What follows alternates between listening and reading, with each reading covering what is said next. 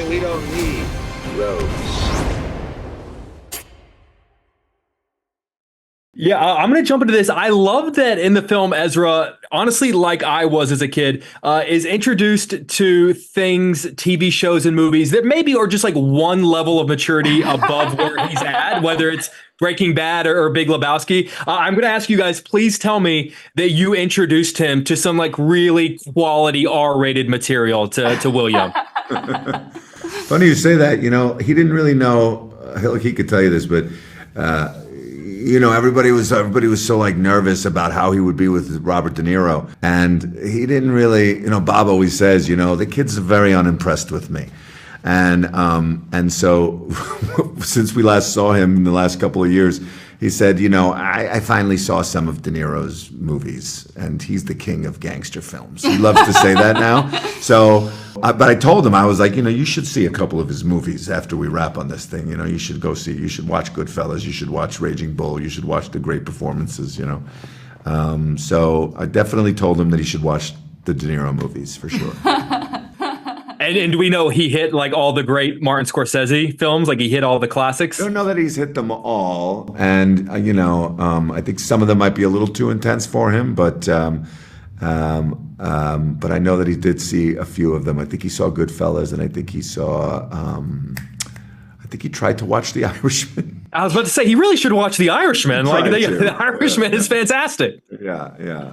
Well, that actually leads into my next question, because I feel like I've read a lot of interviews where amazing actors who worked with Mr. De Niro when they were kids, whether it be Jodie Foster or Leonardo DiCaprio, all went on to talk about how formative of an experience that was for them early in their careers. I'm sort of curious what you guys saw maybe on set between William and Mr. De Niro in their time together. What is sort of understanding it is, do you think he has about younger actors that has such an impact on them maybe later in their lives?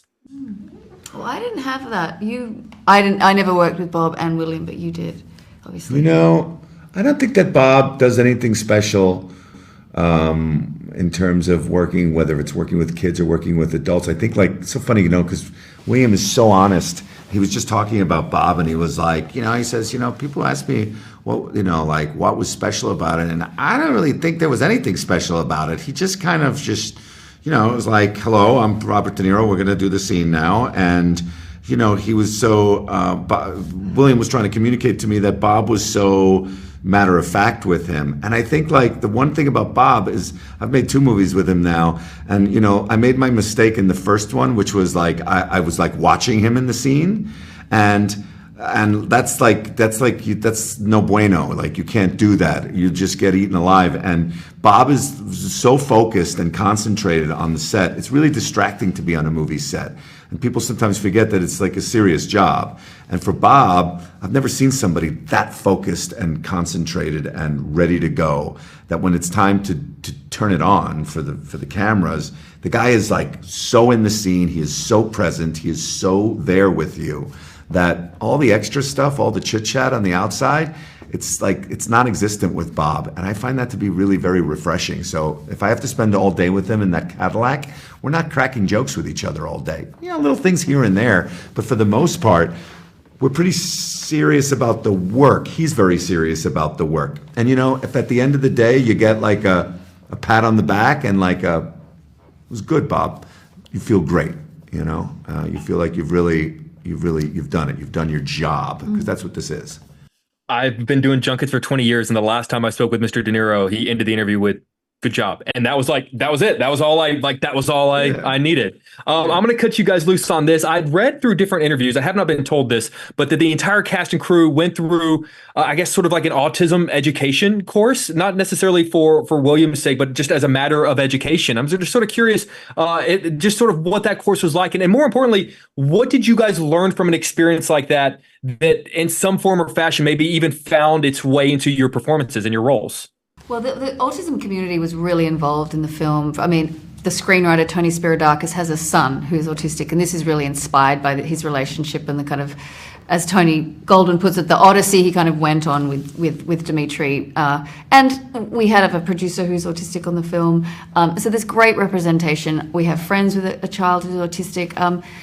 I know Bobby and I watched a lot of Love on the Spectrum, which is this extraordinary show about autistic adults dating, and it's tonally just brilliant because it's very funny and it is heartbreaking. Like it is. So they were really, and there was always it was always going to be a neurodivergent actor playing the role of Ezra. So it felt like they were really striving to keep it very representative and very authentic. And I felt in very good hands with Tony Goldwyn. He's kind of extraordinary like that, and it was really coming from a heartfelt place. Yeah, many people working on the crew. Like Rose mentioned, we had a producer, Alex Plank, who's autistic and is very involved in the autistic community. Bill Horberg, one of our producers, has an autistic son. And many people on the crew had autistic relatives. And so it was just sort of a nice commonality. Commonality that we had with everybody nice, on the set, and everybody was after the same goal, after the greater goal of getting that story right. Yeah. And hopefully people will think we did. Yeah. We had a screening the other night.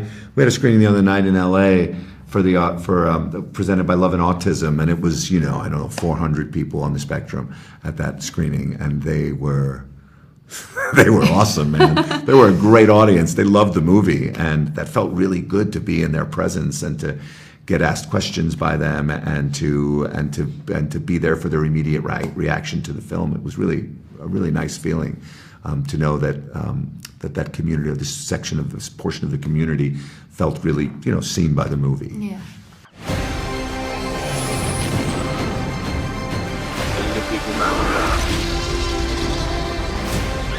Where we're going, we don't need roads.